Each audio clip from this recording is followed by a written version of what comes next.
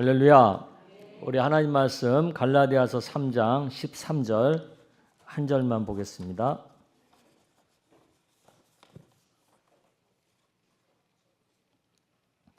갈라디아서 3장 13절.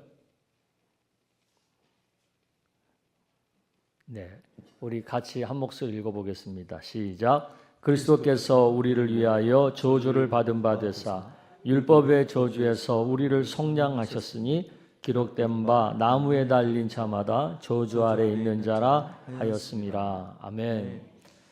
우리는 금요일마다 요즘 계속 복음에 대한 말씀을 나누고 있는데요. 오늘은 그 중에서도 가장 핵심적인, 복음의 핵심적인 십자가에 대해서 좀 생각을 해보려고 합니다. 기독교에서 십자가는 진리의 핵심 중에서도 핵심이죠. 그래서 기독교가 말하는 진리를 온전히 이해하려면 반드시 예수 그리스도의 십자가에 담긴 여러 가지 의미, 다중적 의미라고 그러죠. 여러 가지 의미를 꼭 알아야만 합니다. 그래서 오늘은 예수 그리스도의 십자가에 담긴 여러 가지 의미에 대해서 하나하나 살펴보도록 하겠습니다. 자, 오늘 말씀은 되게 중요하거든요. 그러니까 메모하실 분들은 좀 메모도 하시고 관련 성구도 좀 이렇게 쓰실 분들은 쓰시고 그러시면 좋을 것 같습니다. 첫째, 예수의 십자가 사건은 우연한 사건이 아니라는 거예요. 이것은 일찍이 하나님의 구원의 계획 속에서 예비된 사건이라는 거예요. 그러니까 십자가의 사건이 역사적으로 실제로 일어나기 몇천 년 전에 이미 십자가의 이 사건에 대한 하나님의 예비하심과 또 예표하심이 있었다는 거죠. 그러니까 그 얘기는 무슨 얘기를 하는 거예요? 십자가는 진짜다 가짜다? 그걸 어떻게 할 수가 있어요? 몇천 년 전에 예언하신 것이 실제로 이루어졌잖아요. 그것으로 인하여 십자가는 그것 자체가 진짜라고 하는 증거가 되는 거예요. 아멘. 그래서 우리가 십자가를 이해함에 있어서 첫 번째 단추가 뭐냐면 십자가는 진짜다. 사람이 만들어낸 게 아니다. 우연한 것이 아니다. 몇천 년 전부터 미리미리 준비돼 가지고 마침내 현실로 성취된 것이다.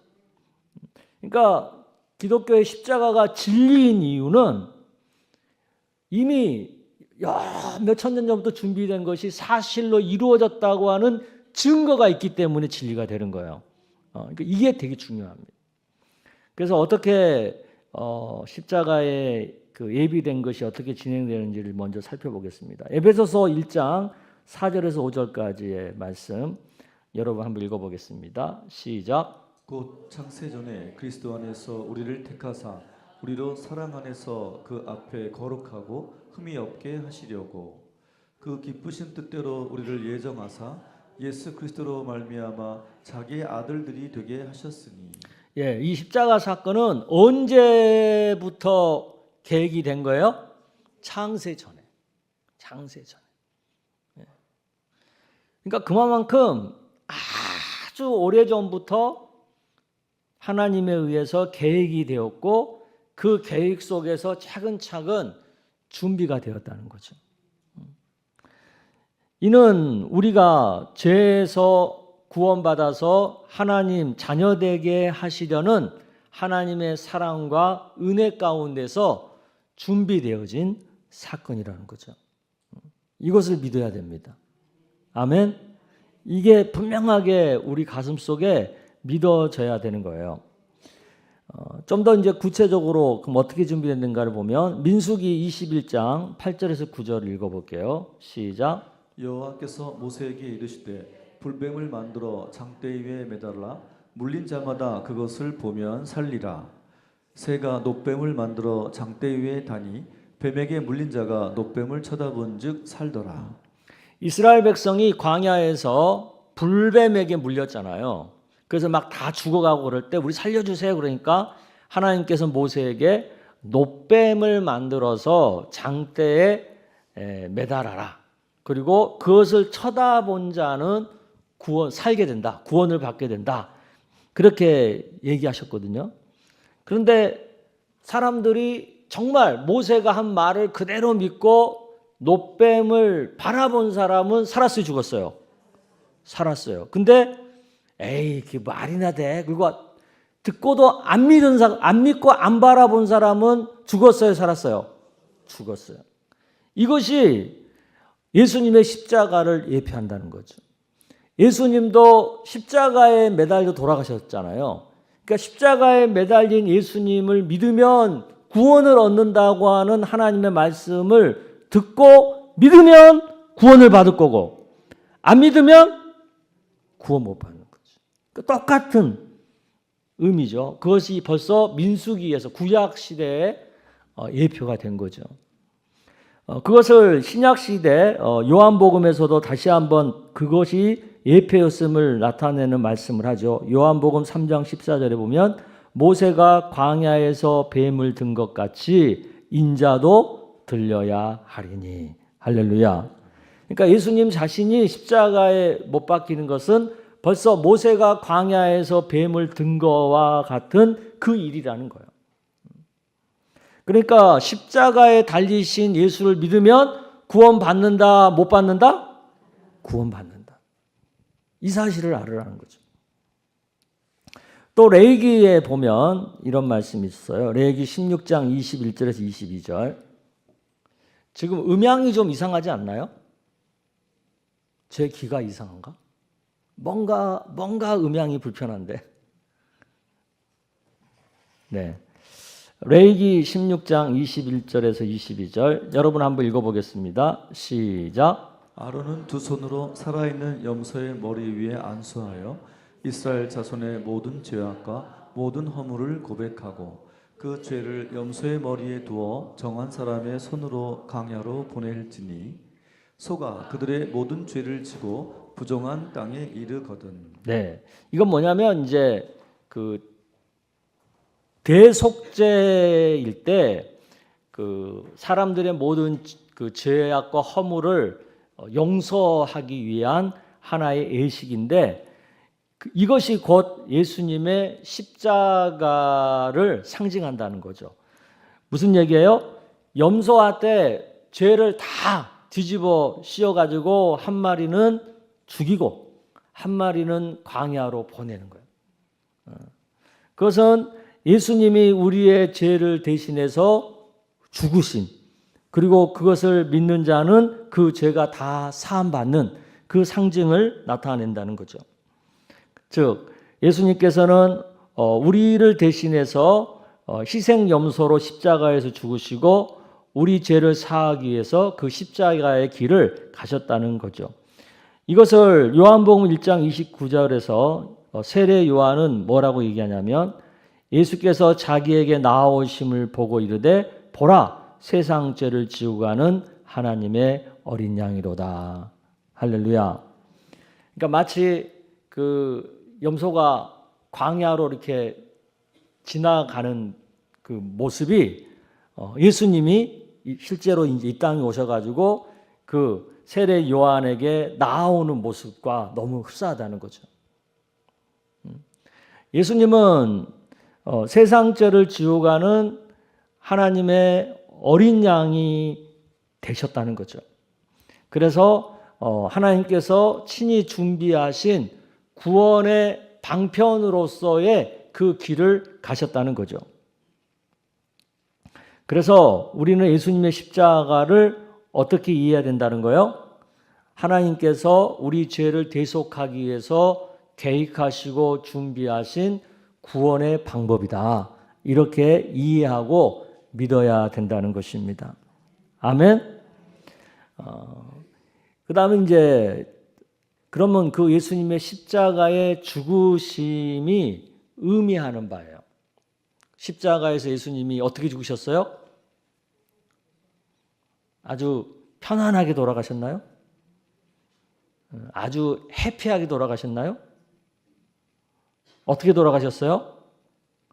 고통스럽게, 가장 비참하게, 가장 수치스럽게 그렇게 돌아가셨잖아요. 그럼 그런 것이 무슨 의미가 있냐는 거예요. 어떤 의미냐는 거예요. 첫째는 예수님의 십자가는 독생자 예수가 성부 하나님께 철저히 버림받았다는 것을 나타내는 거예요. 그래서 예수님 입으로 자신이 하나님께 버림받았다고 말씀하셨죠. 마태복음 27장 46절입니다. 여러분 읽어보겠습니다. 시작. 제9시 즈음에 예수께서 크게 소리질러 이르시되 엘리 엘리 라마 사박다니 하시니 이는 곧 나의 하나님 어찌하여 나를 버리셨나이까 하는 뜻이라. 왜 이 버림받았다라는 의미가 중요하냐면 죄라고 하는 것이 갖고 있는 성격은 하나님과 우리 사이가 단절되는 거예요. 단절되는 거예요. 그러니까 예수님이 십자가에 못 박혔다는 그것이 버림받았다라고 표현되는 건 뭐냐면 아무리 예수님이 성부 하나님의 독생자라 할지라도 십자가에 매달려 있는 그 순간은 성부 하나님과 관계가 단절된 거예요. 그러니까 성부 하나님께 버림받아서 관계가 끊어진 거예요. 그러니까 철저히 그 얘기는 뭐예요? 죄인으로서 그 죄 때문에 하나님과의 관계가 단절된 채 십자가에 매달렸다는 것을 의미하는 거예요. 그것은 곧 뭘 얘기하냐면 죄인인 우리들이 하나님 앞에서 어떤 모습인가를 단적으로 보여주는 거죠. 우리가 하나님 앞에서 죄인이라고 하는 것은 어떤 의미냐면 하나님과 관계가 단절된 상태라는 거예요. 그러니까 우리가 하나님 앞에 죄인이다. 그 말은 다른 말로 표현하면 하나님과 더 이상 관계가 없는 존재라는 거예요. 왜? 관계가 단절됐으니까. 그러니까 십자가가 우리에게 보여주는 첫 번째 의미는 하나님과의 단절이에요. 하나님과의 단절. 그 단절을 예수님이 십자가에서 몸소 당하심으로 우리가 하나님 앞에서 죄 때문에 당해야 되는 그 단절을 해결해 주신 거죠. 할렐루야. 예수님이 십자가에서 단절을 체험하심으로 우리가 당할 단절을 대신 감당해 주신 거죠. 그러니까 이제는 예수 십자가를 믿으면 하나님과 우리 사이에 단절된 상태가 이제는 어떻게 되는 거예요? 극복이 되는 거지. 예수님이 대신 그 문제를 해결해 주셨으니까 이제 다시 하나님과 우리 사이는 단절이 아니라 연합이 될 수 있는 거죠. 할렐루야. 예. 이거가 중요한 거예요. 십자가라는 것은 하나님과 우리 사이가 끊어졌다가 다시 연결되게 해주는 거예요. 그러니까 십자가를 믿으면 하나님과 우리는 연결되는 거죠. 관계가 이제 다시 맺어지게 되는 거죠. 그 다음에 또 십자가가 갖고 있는 의미는 십자가는 저주받는 것의 어떤 대표적인 이미지예요. 그러니까 십자가는 형벌 중에서도 가장 저주받은 형벌이잖아요. 가장 수치스러운 형벌이고 가장 극악무도한 죄인이 감당하는 형벌이고. 그러니까 그 얘기는 뭐냐면 십자가라고 하는 개념, 그 이미지는 저주받은 자가 매달린다는 그런 의미가 있는 거예요. 그래서 갈라디아서 3장 14절 오늘 우리가 읽은 말씀에 보면 나무에 달린 자마다 저주 아래에 있는 자다라는 표현이 있어요. 그러니까 십자가에 달린 자는 저주받은 자라고 하는 개념인 거예요. 그러니까 예수님은 십자가에 저주받은 자로 달린 거예요. 하나님의 아들임에도 불구하고 저주받은 자로 달린 거예요. 누가 받아야 할 저주를 예수님이 대신 받은 거예요? 그렇죠. 죄인인 우리들이 받아야 할 저주를 예수님이 대신 받으신 거죠. 율법에 따라 나무에 달린 자는 저주를 받는다는 말씀을 이루시는 사건이죠. 예수님은 우리 죄를 대신 지고 저주를 받으심으로써 우리를 율법의 저주에서 속량해 주신 거죠.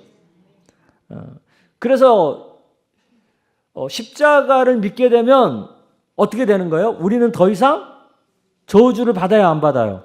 안 받아요. 왜? 예수님이 다 받으셨으니까. 우리가 받을 저주를 예수님이 다 받으셨으니까 이제는 우리는 저주를 받아야 안 받아요? 받아야 안 받아요? 근데 왜 예수 믿는다고 하면서도 막 저주를 무서워하고 그러세요? 이 말씀을 정말 믿는다면 십자가의 이 의미를 정말 믿는다면 예수 믿고 나서는 저주 받을 걱정을 안 해야 돼. 아멘? 예. 근데 가끔 그 이상한 사람들이 그따구로 하면 너 저주 받아. 뭐라 그러더라? 그 조금 이렇게 그 약간 권위적인 목사님들이 하시는 얘기 중에 하나가 목사님한테 까불면 저주 받아. 이런 얘기. 그거 십자가를 잘못 이해한 거죠. 근데 이런 말 굉장히 잘해요. 우리들이 생활 중에 보면. 절대 저주 안 받아요. 여러분들이 저한테 잘못한다고 해서 저주 안 받아요. 예수 믿으면. 그러니까 저주 받을 게 무서워서 목사님한테 잘하고 그러지 마세요. 그것은 의미가 없어요. 그게 아니라 정말 주의 종으로서 사랑하고 존경해서 잘해야지 목사님한테 잘못하면 저주 받으니까 잘해야 돼. 그런 무서운 마음으로 목사한테 잘하고 주의 종들한테 잘하는 것은 지극히 비성경적인 거예요. 아시겠어요? 지금까지 저를 이렇게 저주가 무서워서 저한테 잘하신 분이 있었다면 오늘부터 그렇게 하지 마시기를 바랍니다. 예수 믿으면 더 이상 우리는 저주받지 않아요.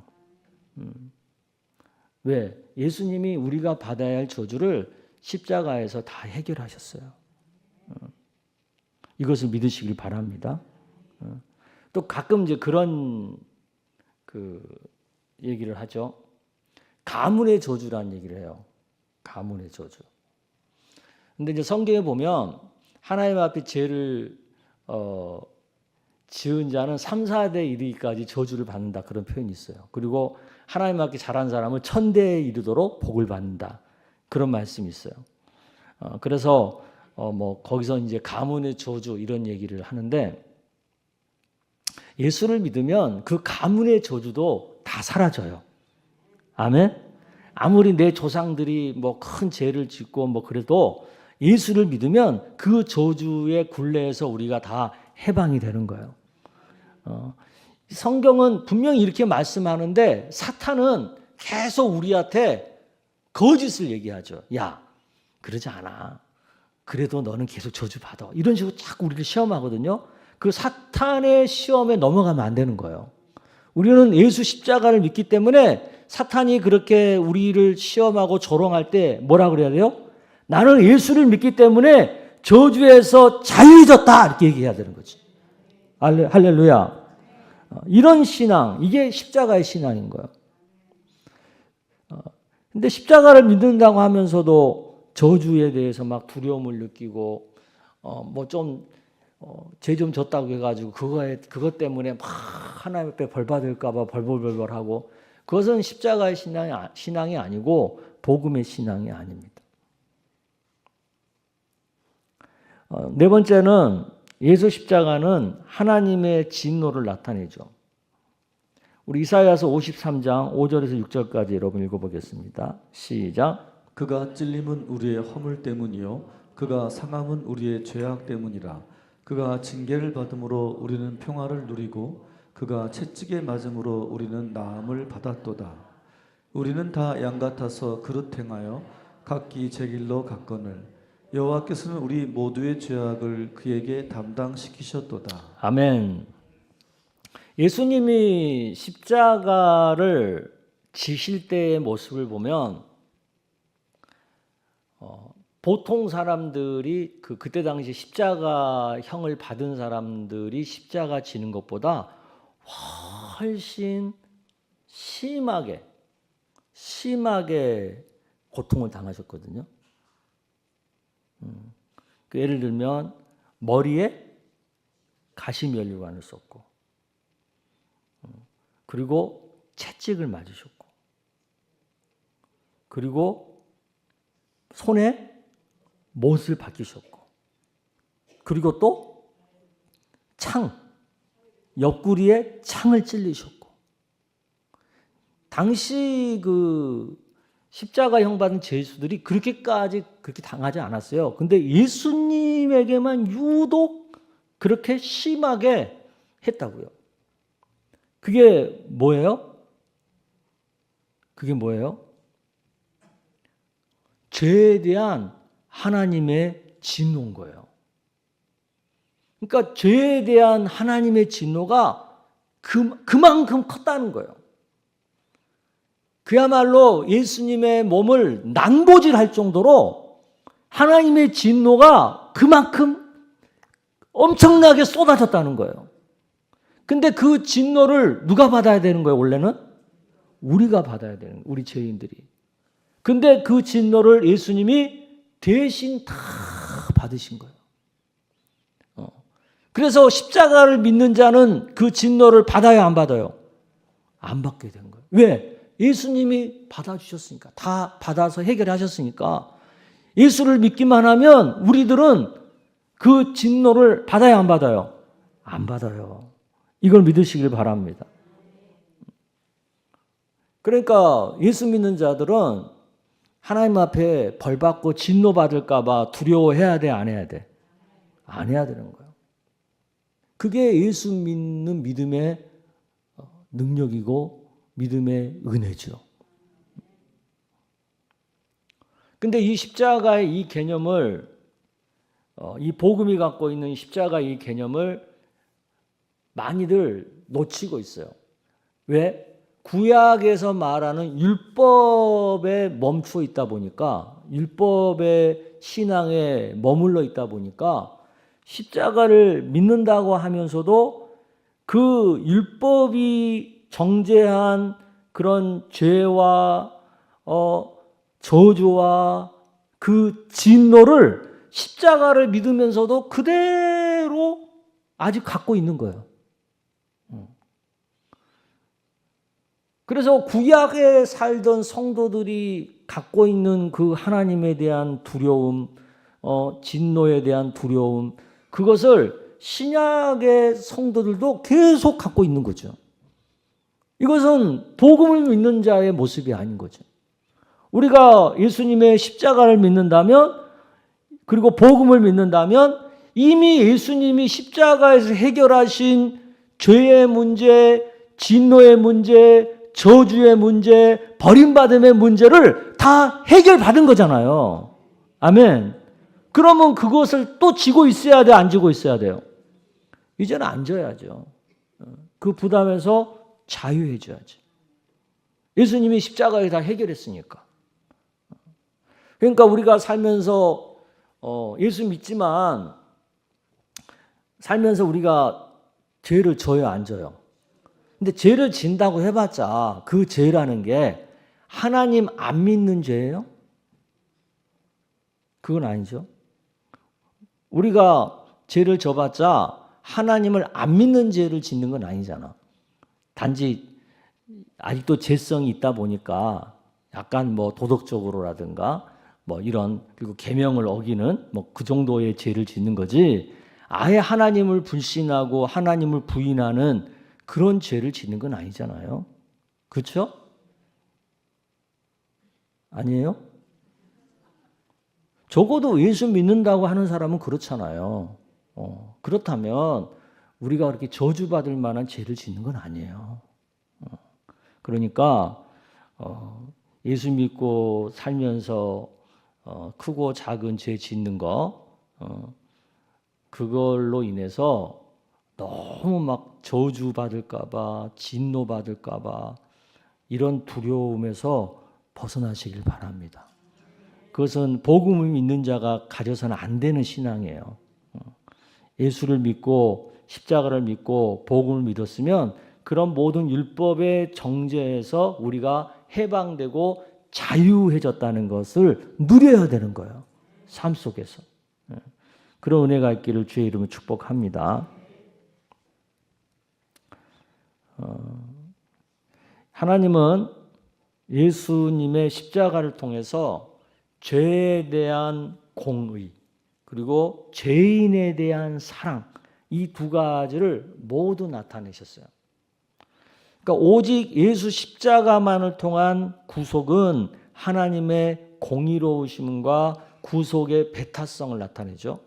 또한 예수 십자가를 믿으면 누구나 구원받게 하심은 하나님의 사랑과 구원의 포용성을 나타내죠. 지난주에 제가 설교한 거죠. 아멘. 따라서 교회는 예수님의 십자가를 땅끝까지 전해야 되는 것입니다. 이것을 통해서 죄로 더러워진 세상을 하나님의 공의로 거룩하게 만드는 거고 또 죄로 싸움판이 된 세상을 하나님의 사랑으로 평화롭게 만드는 사명인 거예요.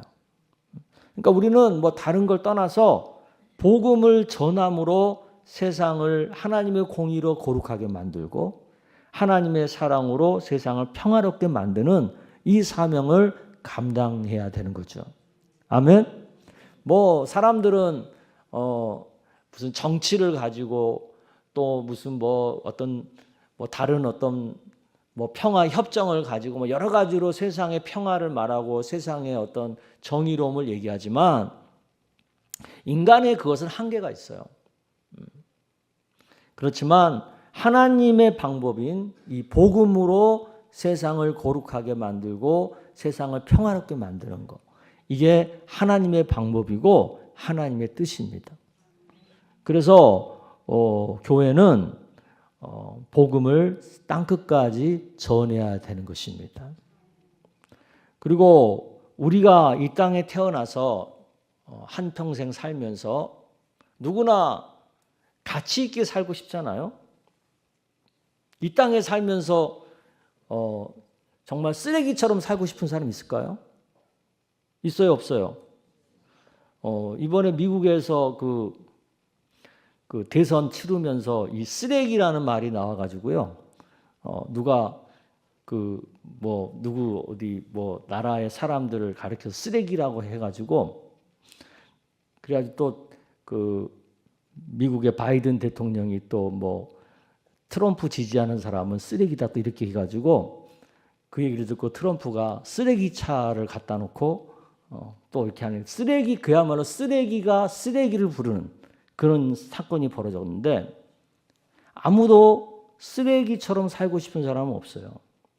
다 나름대로 가치 있게 보람 있게 그렇게 살고 싶죠. 그래서 가치 있게 살고 싶어서 공부를 열심히 해서 좋은 직장에 들어가려고 하고 더 높은 자리에 가려고 하고 더 뭐 돈을 많이 벌려고 하고 다 그런 거 아니겠어요? 근데 성경에서 그리고 하나님의 눈에 가장 가치 있는 삶이 뭐냐? 가장 존귀한 삶이 뭐냐? 돈이 많다고 해서 존귀한 것도 아니고 명예가 높다고 해서 존귀한 것도 아니고 성경이 말하는 가장 가치 있는 삶은 예수님을 알고 예수님을 믿고 예수님을 전하며 사는 삶입니다. 아멘. 이것이 그 무엇보다도 가장 가치 있고 귀한 삶인 거예요.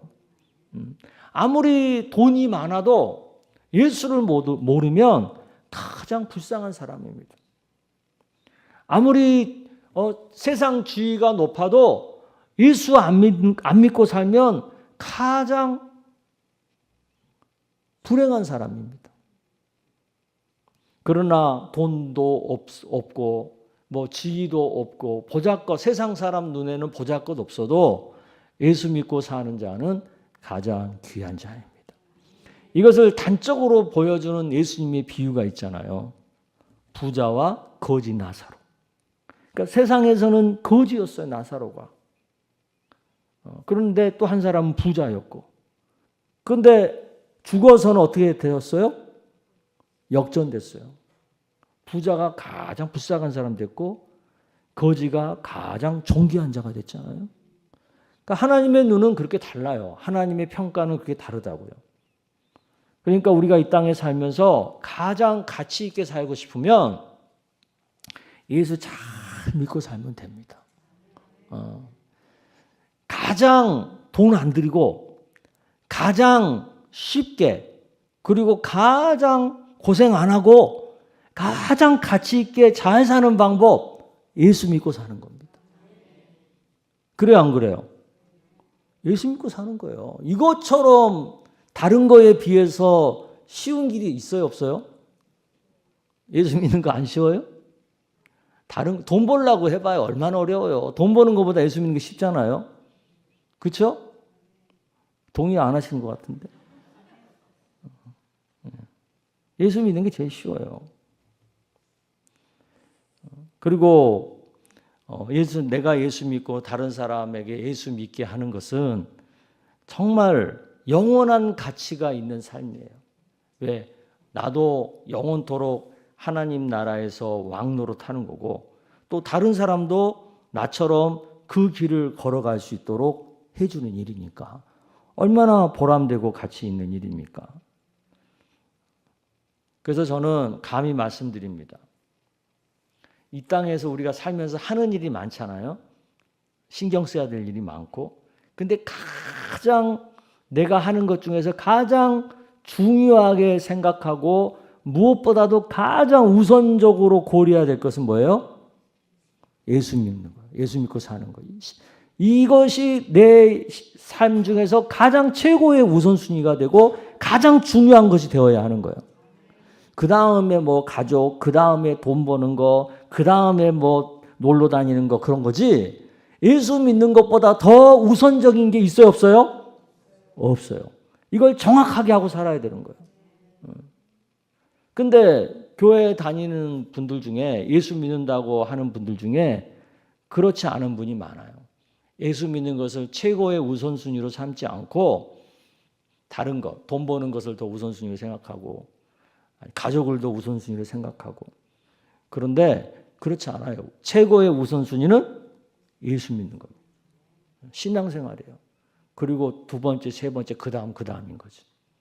요 우선순위를 분명하게 하고 우리가 살아야 하는 거죠. 여러분 아내가 하나님 먼저야, 나 먼저야 이렇게 물으면 뭐라고 해야 돼요?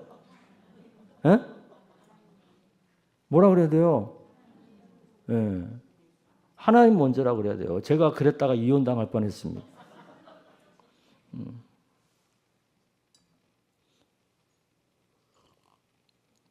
뭐 뉘앙스는 좀 다른데 그 결혼기념일 20주년을 맞이하여 20주년인가 30주년인가 30주년이었던 것 같은데 30주년을 맞이하여 이제 기념으로 여행을 갔어요. 여행을 갔는데 아주 분위기 좋았어요. 근데 우리 집사람이 물어서는 안 되는 질문을 한 거지. 아니 목사한테 저는 목사잖아. 목사한테 내가 먼저야 목회가 먼저야 이렇게 물으면 내가 뭐라고 대답을 하겠어요? 그죠? 당연한 대답이죠. 근데 이제 설령 그렇게 속으로는 그래도 그 자리는 다른 자리가 아니잖아. 결혼 30주년을 기념하는 자리잖아. 그러니까 제가 조금 지혜롭게 얘기를 했어야 되긴 하는데 또 제가 너무 순진하잖아요. 순수하고. 그러다 보니까 사실대로 얘기하는 바람에 큰일 날 뻔했습니다.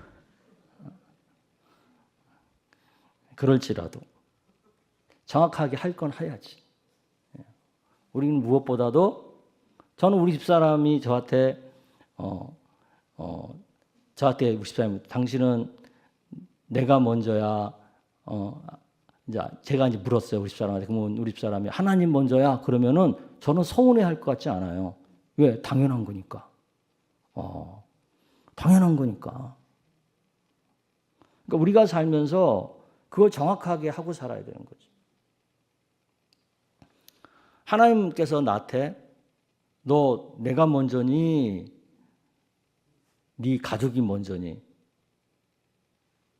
그럼 뭐라고 대답하실 거예요? 진짜? 에이. 그러니까 우리가 평상시 별거 아닌 것 같지만 평상시의 생활 속에서 그런 것들을 조금 진지하게 고민해 볼 필요가 있어요. 물론 우리가 이제 말로는 그렇게 생각하고 또 평상시 마음도 사실 그렇게 생각을 해. 그런데 결정적인 순간에 이게 우리가 흔들린다니까요. 그게 참 흔들려요. 누구나. 그래서 그런 부분들을 고려해야 됩니다. 하나님이 먼저냐, 내가 먼저냐, 하나님 먼저냐, 돈이 먼저냐, 하나님 먼저냐, 내 행복이 먼저냐. 그러니까 우선순위에 대한 질문을 자주 하고 살 필요가 있습니다. 우리가 십자가를 믿는다. 그 개념 안에는 정말 여러 가지 의미가 함축되어 있습니다. 내가 살면서 걱정이 있고 두려움이 생길 때 예수 십자가를 믿는다라는 이 믿음을 가지면 두려움과 걱정을 버려야 돼요, 안 버려야 돼요? 버려야 돼요. 왜? 하나님이 책임져 주신 삶이잖아요. 하나님이 우리를 살려주신 삶이잖아요. 그러니까 뭘 걱정이야. 내가 의사한테 그 건강검진을 했는데 말기 암에 걸렸다는 판정을 받았어요. 그러면 인간적으로는 처음에는 두렵겠어요? 안 두렵겠어요? 당연히 두렵죠. 두렵고 또 하나님한테 불만스러운 마음이 들어요? 안 들어요? 들어요. 왜 하나님 하필이면 나예요? 이런 질문이 생긴다고요. 그건 생기게 되어 있어요. 왜 하나님 나 예수 잘 믿고 하나님 잘 믿는데 왜 나한테 이런 어려운 병을 주셨어요? 이런 의문이 들지 않겠어요? 그때 우리는 무슨 생각을 해야 돼요? 십자가를 믿는다면 하나님이 먼저냐, 내 생명이 먼저냐. 이 질문 앞에 서야 되는 거예요. 누구나 처음에는 두려움과 불평과 하나님에 대한 어떤 의문을 던지지만 하나님이 먼저냐, 내 생명이 먼저냐라고 하는 이 우선순위 앞에서 우리는 신앙의 결정을 할 수 있어야죠. 그래서 하나님의 먼저라면 하나님이 나를 지금 이 순간 데려가셔도 할렐루야. 또 그냥 나를 좀 더 살게 해주셔도 할렐루야. 양쪽 다 할렐루야가 돼야 되는 거죠. 예. 그래서 이 십자가의 믿음이라는 것은 우리 삶의 모든 부분에 다 적용이 되는 거예요. 적용이 되는 거예요. 그래서 우리가 예수를 믿습니다라고 고백할 때는 인생의 어떤 문제 앞에 이 십자가를 내 삶의 그 순간에 적용시킬 줄 알아야 돼요. 적용시킬 줄 알아요. 그게 십자가를 믿는 믿음이에요.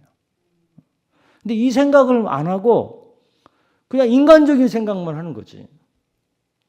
그래서 쓸데없는 고민하게 되고 쓸데없는 갈등하게 되고 예수 믿는다고 하면서도 마귀가 그 순간에 우리를 유혹하고 시험할 때 거기에 너무 쉽게 넘어가게 되는 거죠. 저도 지금 설교는 이렇게 쉽게 얘기하지만 막상 그 문제 앞에 딱 당도하잖아요. 그럼 그 결정 쉽지 않습니다.